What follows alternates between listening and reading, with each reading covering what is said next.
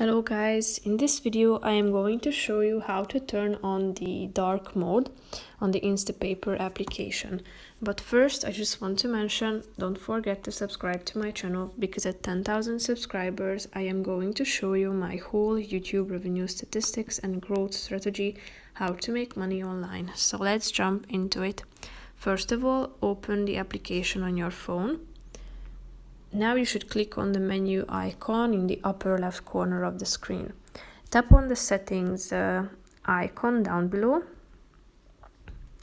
and click on the automatic dark mode option, and then you can either select the off or system options. As you can see, if it is set to the system option, the application will automatically adjust the theme based on the iOS appearance in light and dark mode. So tap on it, thereby updating this function on your application. That's pretty much it for this video. I hope you found it helpful. If you did, consider subscribing and see you in the next video. Bye bye.